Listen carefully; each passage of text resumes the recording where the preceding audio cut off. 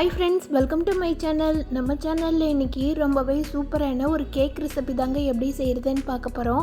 வீட்டில் இருக்கிற ஒரு சில பொருளை வச்சு ஓவன் எதுவுமே இல்லாமல் பாத்திரத்துலேயே ரொம்ப ஈஸியாக டேஸ்ட்டாக ரொம்பவே சாஃப்டான கேக்கை பண்ணிடலாங்க. அது மட்டும் இல்லை, குழந்தைங்க கேக்குன்னு கேட்டாங்கன்னா சட்டுன்னு செய்து கொடுத்துடலாம். டேஸ்ட்டும் பார்த்திங்கன்னா ரொம்ப ரொம்ப அருமையாக இருக்குங்க. வீட்டில் எல்லாருமே பாராட்டுவாங்க. அந்தளவுக்கு ரொம்ப டேஸ்ட்டாக பர்ஃபெக்டாக வரும். நான் சொன்ன மெத்தட்லேயே செய்து பாருங்கள். இது செய்கிறதுக்கு ஒரு கடாயை முதல்ல ப்ரீ ஹீட் பண்ணிக்கலாம். நான் இன்றைக்கி இரும்பு கடாய் எடுத்துருக்கிறேன். இரும்பு கடாய் இல்லாத பட்சத்தில் நீங்கள் குக்கரில் கூட செய்யலாம், ரொம்ப கரெக்டாக வரும். இதோட லிட்டில் பார்த்திங்கன்னா லைட்டாக ஹோல் இருக்குது. இதை ஒரு டிஷ்யூ பேப்பரோ இல்லை ஏதாவது ஸ்டிக்கோ வச்சு ஹோல் பண்ணிக்கோங்க. அப்போ தான் ப்ரீ ஹீட் ஆகும், சீக்கிரமே ஹீட் ஆகிடும். குக்கரில் பண்ணிங்கன்னா அந்த வாசரையும் மேலே இருக்கிற விசிலையும் கலட்டிட்டு ப்ரீ ஹீட் பண்ணிக்கோங்க. இப்போ கேக் செய்கிறதுக்கு ஒரு பாத்திரம் எடுத்துருக்கிறேன். இந்த டப்பா கேக் பாத்திரம் எடுத்துருக்கிறேன். இது இல்லாத பட்சத்தில் நீங்கள் வீட்டில் இருக்கிற டிஃபன் பாக்ஸ் ஏதாவது எடுத்துக்கோங்க. அதில் 2 ஸ்பூன் அளவு நெய் போட்டுட்டு நெய் பாக்ஸில் எல்லா பக்கமும் படுற மாதிரி நல்லா ஸ்ப்ரெட் பண்ணி விட்டுக்கோங்க. இந்த மாதிரி பண்ணும்போது கேக் ஒட்டாமல் வரும். இதுக்கு பதில் பட்டர் ஷீட் போடுறதுனால நீங்கள் போட்டு செய்துக்கலாம். இது கூட 1 ஸ்பூன் அளவு மைதா மாவு போட்டிருக்கிறேன். அதை சேர்த்துட்டு பாக்ஸில் எல்லா பக்கமும் படுற மாதிரி நல்லா பரட்டி விட்டுக்கோங்க. எக்ஸஸ் மாவு இருந்ததுன்னா அதை தனியாக எடுத்து வச்சுருங்க.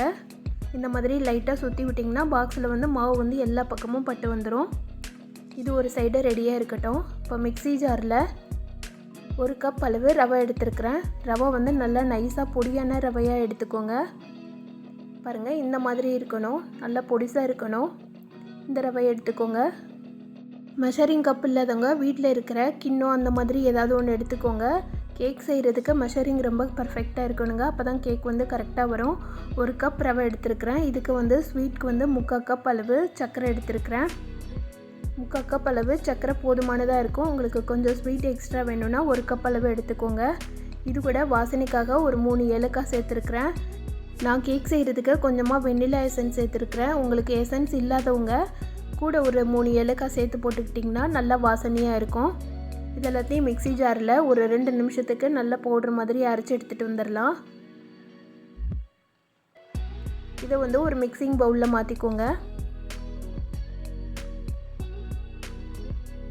இது கூட 1 கப் அளவு மைதா மாவு எடுத்துருக்கிறேன். ரவை எந்த கப்பில் அளந்தீங்களோ அதே கப்லேயே எடுத்துக்கோங்க. இது கூட ஒரு 1/4 பிஞ்ச் அளவு உப்பு சேர்த்துக்கோங்க. கேக் நல்லா உப்பி வர்றதுக்காக கொஞ்சமாக பேக்கிங் சோடா சேர்த்துருக்குறேன். இது சேர்த்துக்கிட்டிங்கன்னா கேக் நல்லா உப்பி வருங்க. இது கூட ஒரு 1/2 கப் அளவு எண்ணெய் சேர்த்துக்கோங்க. அதாவது வாசனை எதுவுமே இல்லாத எண்ணெய், ரீஃபைண்ட் ஆயில் சேர்த்துக்கோங்க. நல்லெண்ணெயோ கடலெண்ணெயோ இல்லை வேறு எந்த ஃப்ளேவர் உள்ள ஆயில் எதுவுமே சேர்க்க வேண்டாம். நான் ஃப்ளேவர் ஆயில் வச்சுட்டு இந்த மாதிரி விஸ்க் வச்சு லைட்டாக பரட்டி விட்டுடுங்க. இது கூட காய்ச்சி ஆற வச்ச பால் 1/2 கப் எடுத்துருக்கிறேன். அதில் 1 கப் மட்டும் இப்போ ஊற்றி மிக்ஸ் பண்ணிடலாம். தேவைப்பட்டால் திரும்ப ஊற்றிக்கலாம். 1/2 கப் எடுத்துருக்கிறேன். அதில் 1 கப் மட்டும் ஊற்றிருக்கிறேன்.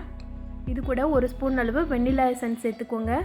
சேர்த்துட்டு நல்லா மிக்ஸ் பண்ணி விட்டுடலாம். கொஞ்சம் கூட கெட்டியே இருக்கக்கூடாதுங்க. விஸ்கு வச்சு மிக்ஸ் பண்ணிங்கன்னா கரெக்டாக இருக்கும்.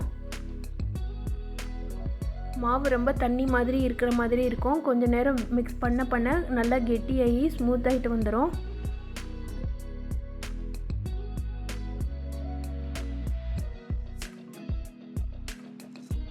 இப்போ மீதம் இருக்கிற 1/2 கப் பாலையும் சேர்த்துடலாம். சேர்த்துட்டு நல்லா கலந்து விட்டுடுங்க. பால் சேர்க்கும்போது ரவையோட குவான்டிட்டியை பொறுத்து ஒரு சில நேரம் பாலோட அளவு மாறுபடுங்க. அந்த மாதிரி ரொம்ப தண்ணியாக இருக்கிற மாதிரி இருந்ததுன்னா ஒரு 1/4 ஸ்பூன் அளவு மைதா மாவு சேர்த்துக்கோங்க, கரெக்டாக இருக்கும். இது எல்லாத்தையும் நம்ம ரெடி பண்ணி வச்சுருக்கிற கேக் பாக்ஸில் சேர்த்துடலாம். ஊற்றும் போது இந்த மாதிரி கன்சிஸ்டன்சியில் இருக்கணும். அது மாதிரி பாக்ஸ் ரொம்ப ஊற்ற வேண்டாம். ஒரு லேயர் மட்டும் கம்மியாக ஊற்றிக்கோங்க. ஊற்றிட்டு இந்த மாதிரி டேப் பண்ணி விட்டுருங்க.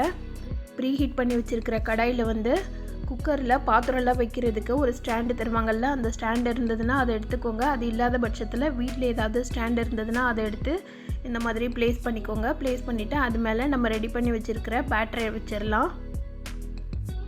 வச்சுட்டு திரும்ப லிட் போட்டு மூடி வச்சுருங்க. இது ஒரு 30 to 40 மினிட்ஸ் வரைக்கும் நல்லா குக் ஆகணுங்க. மீடியம் ஃப்ளேம்லேயும் லோ ஃப்ளேம்லேயும் மாற்றி வச்சு வைங்க. அப்போ தான் கரெக்டாக இருக்கும். குக்கரில் வச்சாலும் இதே மெஷர்மெண்ட்லேயே செய்யுங்க, கரெக்டாக இருக்கும். இது மாதிரி இது ஓயாமல் திறந்து பார்க்க வேண்டாங்க. ஒரு 20 மினிட்ஸ் வரைக்கும் அப்படியே விட்டுடுங்க. அதுக்கப்புறமா நல்லா குக்காகி வந்திருக்கும்.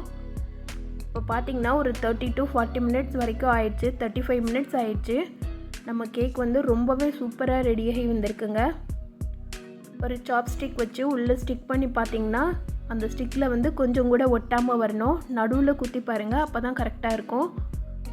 துளி கூட ஒட்டாமல் வந்ததுன்னா நம்மளோட கேக் வந்து ரெடி ஆயிடுச்சுன்னு அர்த்தம். இது வந்து உடனேயே பிளேட்டுக்கு மாற்றிட முடியாதுங்க. கொஞ்சம் நேரம் ரெஸ்ட்டில் விட்டு ஆற விட்டுடுங்க.